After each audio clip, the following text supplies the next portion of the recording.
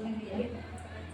Nama saya Bu Erina Suratmini, Kepala Sekolah SD Negeri Balontarang 1 dengan alamat Bakalan, Dona Harjo, Ngaglik, Sleman. Oke, terima kasih Bu atas perkenalan singkatnya. Nah, kali ini saya akan menanyakan tentang sikap atau pengambilan keputusan Bu dari seorang pemimpin pembelajaran dan pemimpin sekolah seperti itu. Nah, selama ini Bu, bagaimana cara itu mengidentifikasi kasus-kasus yang merupakan dilema etika atau rujukan moral? Ini untuk keseluruhan Bu, bisa di dalam guru mungkin atau dari siswa aktivitas dari Bu.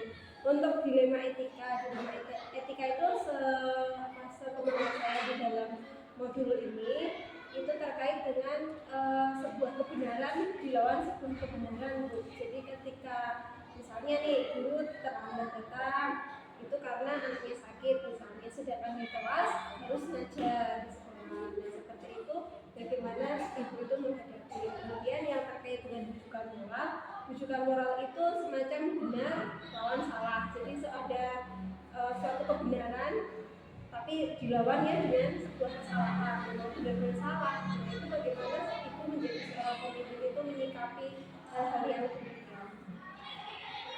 Kalau untuk yang apa tadi dilema ya? Iya, dilema. Yang dilema etika itu misalnya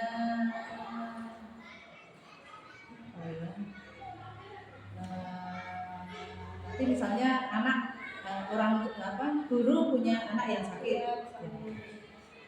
Kami karena itu kewajiban guru memang harus mengajar, tapi kami juga harus memperhatikan kondisi guru tersebut. Misalnya anaknya benar-benar sakit, sementara anak itu tidak bisa ditinggalkan. Apa yang mungkin orang tuanya mengajar membawa anak yang sakit ke sekolah, jelas tidak mungkin. Kemudian apa yang mungkin ibunya ke sekolah, anaknya di rumah sendirian, sementara tidak ada yang menjaga, maka kami akan seperti bermusyawarah atau bukan dengan guru yang bersangkutan. Jadi kita cari solusi bersama, bagaimana baiknya. Apakah itu nanti gurunya kami berikan waktu sudah datang ke sekolah, kemudian saya perbolehkan untuk pulang untuk merawat putrinya, atau kan nanti guru mau cuti sakit dengan alasan anaknya yang sakit kan juga tidak apa-apa, itu bisa. Jadi begitu untuk yang dilema. Kemudian yang untuk apa tadi, yang rujukan moral, yang kebenaran dilawan dengan kesalahan. Nah, kebenaran dilawan dengan kesalahan itu memang kadang-kadang ada pembenaran bagi mereka yang berbuat salah. Jadi merasa bahwa itu sudah benar, tetapi sebenarnya salah. Nah, kita juga harus komunikasi dua arah, tidak hanya satu arah. Jadi kita komunikasi antar yang bersangkutan. Kenapa bisa begini dan kenapa kok mempertahankan sesuatu yang salah? Kita harus mencari jalan supaya sama-sama paham bahwa hal itu salah dan tidak boleh bahwa kesalahan itu dianggap benar. Jadi tetap harus kita cari yang supaya tidak terjadi pembiasaan atau pembenaran yang salah. Jadi bisa saya simpulkan bahwa selama ini ibu menghadapinya ya bisa dengan diskusi, kemudian ada komunikasi dua arah. Jadi jangan sampai sebuah kesalahan itu berlarut-larut seperti itu. Betul, harus sesegera mungkin diselesaikan. Baik Bu, selama ini bagaimana ibu menjalankan pengambilan keputusan di sekolah, terutama untuk kasus-kasus yang ada dua kepentingan tapi dua-duanya sama-sama benar. Nah, ini yang dua-duanya itu juga mengandung nilai-nilai kebajikan. Itu bagaimana cara mengambil keputusan selama ini? Atau dengan diskusi atau bagaimana? Kalau kasus yang sama-sama mengandung kebajikan, tapi itu sebuah kasus yang seperti tadi kita tetap harus berdiskusi, kita cari solusi bersama supaya tidak ada salah satu yang dirugikan dan juga tidak ada yang merasa benar. Jadi tetap harus kita cari solusi bagaimana baiknya dan jangan sampai nanti kebajikan itu malah jadi sesuatu hal yang membuat orang yang memang ini kasus tapi baik, ada unsur benarnya, menjadi sesuatu yang sia-sia, tidak ada hasilnya. Iya, dengan diskusi, dengan komunikasi kita cari jalan keluar. Jadi kalau langkah sebelumnya mungkin tadi ya diskusi. Pernah belum ibu itu melakukan pemanggilan terhadap misalnya baik itu guru maupun siswa yang terkait dengan kasus-kasus dilema etika maupun rujukan moral? Pernah. Kalau siswa ada yang misalnya punya kebiasaan yang tidak baik, kami akan memanggil orang tua siswa dulu, kita tanya, kemudian orang tua juga kita libatkan, sehingga kadang anak itu berbuat sesuatu yang tidak pas dan orang tua tidak tahu. Orang tua menganggap bahwa anaknya baik-baik saja di sekolah, tidak mengakui bahwa anak saya itu berbuat kasus yang tidak baik, dan kami panggil. Seandainya orang tua itu tidak bisa mengarahkan siswanya, kami pasti akan merujuk dengan bantuan psikolog, biar mereka lebih mantap, karena untuk ilmu seperti itu memang saya tidak punya. Jadi harus kerjasama dengan puskesmas, dan alhamdulillah selama ini diterima dengan baik oleh orang tua. Begitu juga dengan guru, seandainya ada guru yang kasus tapi tidak begitu parah sebenarnya, ya hanya beberapa hal saja. Jadi kami komunikasi dengan guru di tempat yang tertentu, maksudnya di ruangan yang tidak bersama dengan guru yang lain, supaya guru itu juga akan menyampaikan sesuatu kenapa kok sampai terjadi seperti ini, itu bisa los. Jadi tadi langkah-langkah yang sudah Ibu ambil ya, ternyata ada ya panggilan seperti itu, kemudian diskusi, kemudian kolaborasi juga dengan psikolog. Baik Bu, untuk selanjutnya, hal-hal apa atau langkah-langkah apa yang selama ini sudah Ibu lakukan dan Ibu anggap paling efektif untuk pengambilan keputusan pada kasus-kasus di Indonesia? Yang paling efektif itu misalnya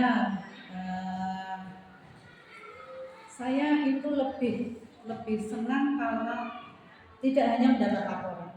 Jadi saya harus benar-benar menemui atau mendapat informasi langsung dari yang bersangkutan.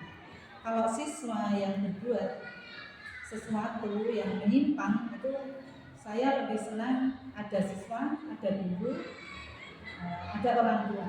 Jadi itu lebih mengena untuk menyelesaikan masalah. Jadi seperti itu yang paling efektif itu ketika yang bersangkutan seluruhnya itu bisa berkumpul ya, jadi diskusinya tidak saja. Dan bahkan lebih mengenal lagi kalau kejadian itu terjadi langsung kita tangani, jadi tidak berlarut-larut. Jangan sampai membutuhkan waktu yang lama, sudah tertunda-tunda baru kita cari solusinya. Baik Bu, menindaklanjuti yang Ibu akan tadi terkait dengan waktu, nah seperti itu. Kira-kira Ibu punya jadwal untuk istilahnya menindaklanjuti sebuah dilema etika atau rujukan moral yang dihadapi di sekolah itu, terjadwal atau spontanitas atau bagaimana? Ya, kalau terjadwal sepertinya hanya waktunya aja.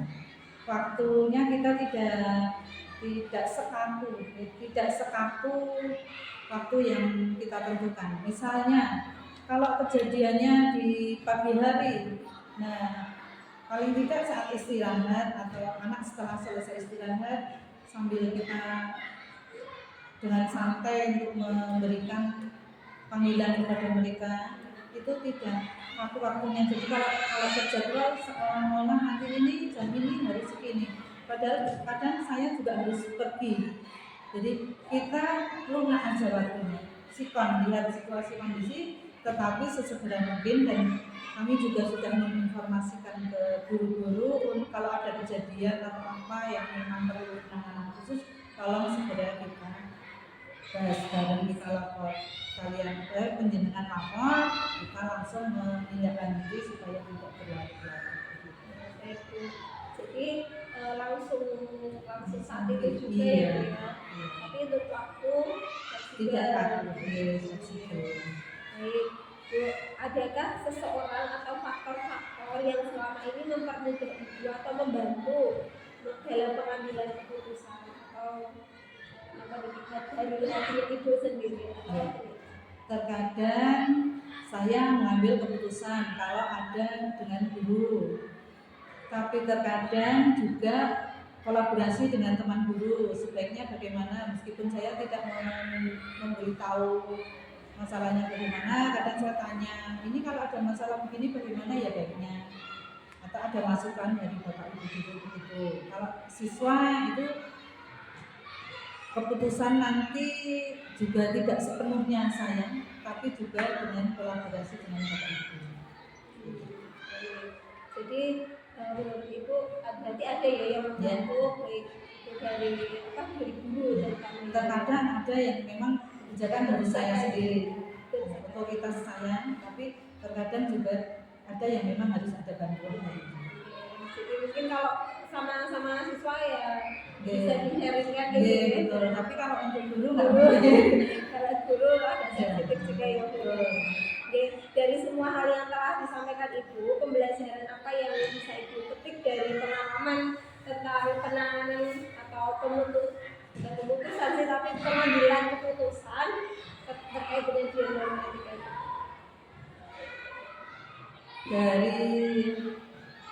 Dari beberapa macam kasus-kasus dan sebagainya itu akhirnya akan membuat saya harus lebih bijaksana, harus banyak belajar lagi. Karena apa? Karena kasus itu semakin berkembang dengan kemajuan sekarang, zaman sekarang itu semakin berkembang, berarti saya harus banyak belajar, banyak membaca, banyak referensi, banyak mendengarkan nasihat dari orang lain, banyak masukan-masukan yang saya harapkan dan saya ambil dari hal-hal seperti ini, itulah yang akan menjadi referensi untuk saya untuk mengambil kebijakan atau keputusan gitu. Ibu mungkin itu saja wawancara dari saya terkait dengan dilema etika terbuka.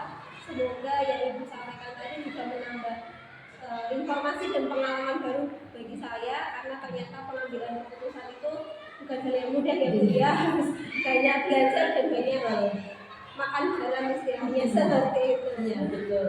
Terima kasih sekali Bu atas waktunya. Sama-sama. Doa semoga saya dilancarkan. Amin, sama-sama. Semoga nanti tugas penjenengan juga akan lancar dan mendapat hasil yang baik. Terima kasih Bu.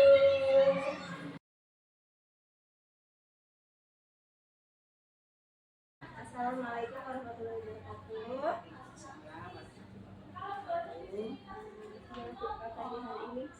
Alhamdulillah, kabarnya baik, sehat, semoga juga seperti itu. Alhamdulillah, amin Bu. Sebelumnya saya menyampaikan rasa terima kasih saya sudah diperbolehkan Ibu berkenan untuk saya wawancara. Nah, semoga nanti wawancara ini bisa bermanfaat juga untuk saya ya Bu, untuk kedepannya dari pengalaman-pengalaman Ibu. Baik Bu, nah selama ini bagaimana Ibu dapat mengidentifikasi kasus-kasus yang merupakan dilema etika atau rujukan moral Bu? Tidak bisa dipungkiri bahwa terkadang sekolah itu memang menghadapi permasalahan ataupun kasus. Nah, setiap ada permasalahan kami berusaha untuk menyelesaikannya. Jadi permasalahan yang biasanya terjadi di sekolah itu biasanya melibatkan guru, murid maupun orang tua atau wali murid.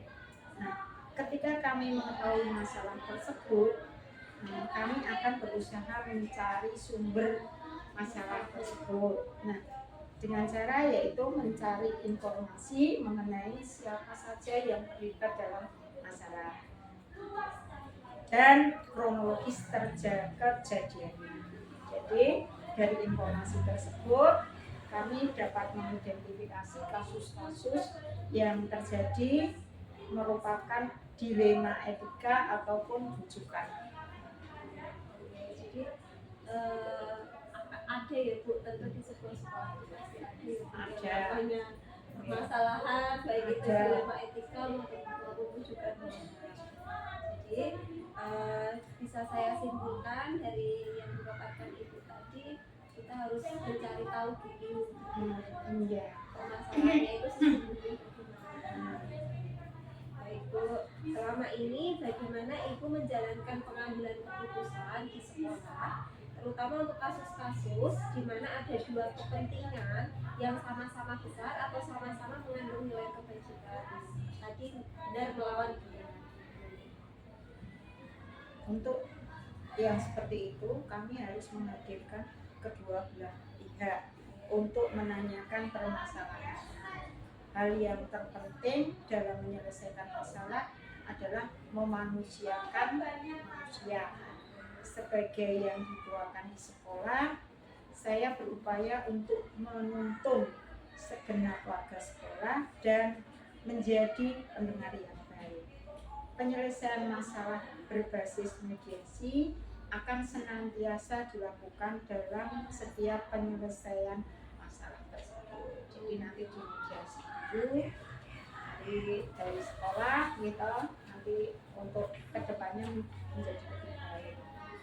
Kita lihat dulu ada apa ya istilahnya, tidak mendengar satu Pihak, aja. kedua belah pihak, nanti kalau di sekolah ya dipanggil ke sekolah. Nah, selanjutnya langkah-langkah atau prosedur seperti apa yang biasa Ibu lakukan selama ini? Langkah-langkah atau prosedur yang biasa kami lakukan adalah yang pertama, identifikasi masalah. Identifikasi masalah itu pada saat awal muncul permasalahan, saya mencoba mengidentifikasi dengan cara mencari informasi siapa saja yang terlibat dalam masalah tersebut. Saya akan juga mencari sumber informasi yang dapat dipercaya mengenai akar masalah tersebut. Yang kedua, menghadirkan pihak-pihak yang bermasalah dan melakukan musyawarah. Kami akan melakukan mediasi sehingga keputusan yang diambil tidak merugikan kedua belah pihak. Segala informasi yang disampaikan kedua belah pihak akan didengarkan dan dipahami dengan baik. Yang ketiga, kami berusaha mencapai kesepakatan bersama sebagai solusi yang dapat dilaksanakan dengan penuh kesadaran dan tanggung jawab.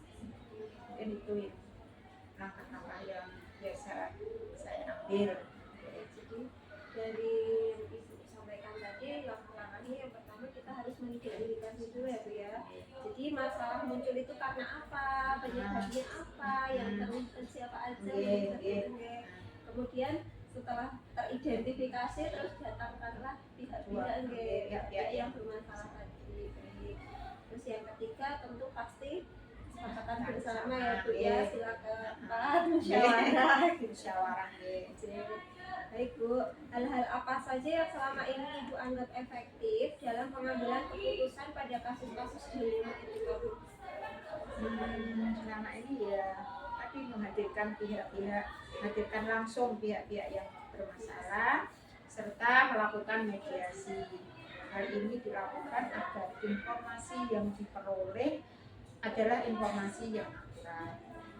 Kami akan menjaga berbagai informasi penting tersebut agar tidak menjadi konsumsi publik. Bila kedua belah pihak yang bermasalah telah bermusyawarah, kami akan menjadi mediator agar solusi dapat dijalankan untuk mengatasi masalah tersebut. Jadi nanti menghadirkan pihak-pihak itu kan untuk melakukan mediasi. Setelah itu nanti diperoleh informasi yang akurat. Jadi ya selama ini memang seperti itu. Untuk apa, kalau ada masalah memang selalu kami mendatangkan yang bermasalah kedua belah pihak. Jadi ada musyawarah, kemudian tidak mendengarkan dari satu pihak, semuanya didatangkan ke TPP. Terus selanjutnya Bu, hal-hal apa saja yang selama ini merupakan atau sebagai tantangan dalam pengambilan keputusan, terutama pada kasus-kasus yang dilema etika, benar melawan benar, itu biasanya tantangannya lebih banyak Bu di situ. Tentunya tidak semua permasalahan itu dapat diselesaikan sepenuhnya dalam sekali waktu. Dalam penyelesaiannya harus menggunakan kepala yang dingin dan hati yang tenang. Tantangannya adalah menjaga agar masalah-masalah tersebut tidak berbuntut panjang. Permasalahan harus diselesaikan berdasarkan musyawarah. Keputusan musyawarah juga harus dilaksanakan dengan penuh tanggung jawab. Jadi kalau emosi melawan emosi kan nanti buta. Jadi ya dengan tenang, kemudian kepala dingin, dengan suasana yang tenang, jadi tidak emosi istilahnya. Kalau emosi mental. Betul sekali Bu. Oke, baik. Tantangannya berarti ini ya, menjaga supaya permasalahan itu ya tidak berlarut-larut dan tidak berlarut kepanjangan. Dari apa tadi yang aku paparkan, tentunya ada masalah yaitu tidak berbuntut panjang atau tidak berkepanjangan, itu tentunya kan harus dilakukan apa ya, penyelesaian dalam waktu tertentu. Apakah ada sebuah catatan atau jadwal tertentu dalam penyelesaian sebuah masalah kasus dilema etika, dan apakah ibu itu langsung menyelesaikan di tempat atau memiliki jadwal terstruktur seperti itu Bu? Tahapan yang biasanya kami lakukan yaitu mencari informasi yang akurat mengenai pihak-pihak mana saja yang bermasalah. Selanjutnya kami juga akan melakukan klarifikasi kebenaran atas permasalahan. Nah, klarifikasi masalah itu dilakukan melalui musyawarah dan segala solusi yang disepakati bersama dilaksanakan dengan penuh tanggung jawab. Nah, kami tidak menjadwalkan penyelesaian masalah karena kami harapkan tidak ada kasus yang terjadi di sekolah. Akan tetapi segala kejadian yang mencakup permasalahan yang dihadapi di sekolah akan didokumentasikan melalui catatan-catatan yang saya buat. Itu Biasa sekali ya Bu ya, jadi sebuah permasalahan itu tetap harus didokumentasikan dan ya Bu, dicatat supaya apa ya, tidak berkepanjangan. Nanti kalau misalnya muncul lagi kita udah punya dokumentasi lagi. Baik Bu, untuk selanjutnya berarti ini tadi saya ulang lagi, tidak terjadwal ya Bu ya? Tidak terjadwal, insidental saja. Kalau ada ya langsung dicatat dan ditangani. Baik Bu. Untuk yang selanjutnya, adakah seseorang atau faktor-faktor yang selama ini mempermudah atau membantu Ibu dalam pengambilan keputusan terkait kasus-kasus dilema etika? Tentu saja ada beberapa pihak yang mempermudah kami dalam pengambilan keputusan. Orang-orang yang mengetahui persis kejadian sangat dibutuhkan informasinya dalam pengambilan keputusan. Dari informasi yang diperoleh, kami juga dapat mengidentifikasi masalah pihak. Kalau di sekolah ya berarti itu selalu melibatkan guru. Iya, tentu itu. Kemudian kalau terkait dengan siswa siswa dan orang tuanya biasanya. Jadi tentu ada faktor-faktor dan orang-orang yang terlibat dalam Ibu mengambil keputusan ya. Baik Bu, yang terakhir ini dari semua hal yang telah disampaikan Ibu dari awal sampai akhir tadi, pembelajaran apa yang dapat Ibu petik dari pengalaman Ibu sebagai kepala sekolah dalam mengambil keputusan sebuah dilema etika? Pengalaman yang ada menjadikan kami harus ekstra berhati-hati dalam pengambilan keputusan. Semua keputusan harus didasarkan pada fakta yang ada. Akar permasalahan harus ditemukan terlebih dahulu sebagai awal kami menyelesaikan masalah. Setiap masalah ataupun permasalahan yang ada harus diselesaikan dengan melibatkan pihak-pihak yang bermasalah. Kami juga harus menjunjung tinggi prinsip kepedulian sehingga penyelesaian masalah dapat disepakati oleh kedua belah pihak. Kami juga harus menjunjung tinggi prinsip kepedulian terhadap sesama. Jadi penting memang kepedulian terhadap sesama. Sekarang itu kan hampir pudar ya, tidak semua orang itu peduli untuk menumbuhkan sikap kepedulian. Jadi kesimpulannya yang bisa saya ambil dari pengalaman Ibu dalam mengambil keputusan, terutama dalam masalah yang dilema etika seperti itu, belajar dari pengalaman katanya. Iya. Tadi Ibu sudah menyampaikan bahwa harus didokumentasikan supaya kita punya dokumentasinya masalah-masalah apa yang dihadapi. Jadi belajar dari pengalaman katanya. Iya. Dan tentunya akan meningkat lagi lah istilahnya tentang pengambilan keputusannya lebih bijak lagi. Lebih hati-hati. Baik Bu, mungkin itu saja yang saya tanyakan terkait dengan dilema etika pengambilan keputusan terutama sebagai kepala sekolah. Semoga apa yang Ibu sampaikan dapat menjadi pengetahuan baru bagi saya, kemudian jadi pengalaman juga bagi saya supaya saya dapat menerapkannya nanti di kemudian hari. Amin. Semoga ternyata tuh pengambilan keputusan tuh hal yang susah ya. Kayaknya sepele tapi susah ternyata. Iya, dalam mengambil keputusan kan kita juga harus berhati-hati. Jadi ya gampang-gampang susah. Nah, jadi semoga untuk wawancara hari ini nanti mungkin dapat bermanfaat untuk kami kalau saya jadi seorang kepala sekolah. Kan kita juga tidak tahu ya kalau ke depan jadi kepala sekolah ya nanti itu pengambilan keputusan. Kalau yang diminta pun enggak ada masalah, sekolah itu aman-aman saja, itu yang diminta. Tapi kan kita tidak tahu nih, kadang-kadang siswanya seperti ini, terus orang tuanya protes atau apa, atau mungkin kita harus ambil keputusan kita bermanfaat.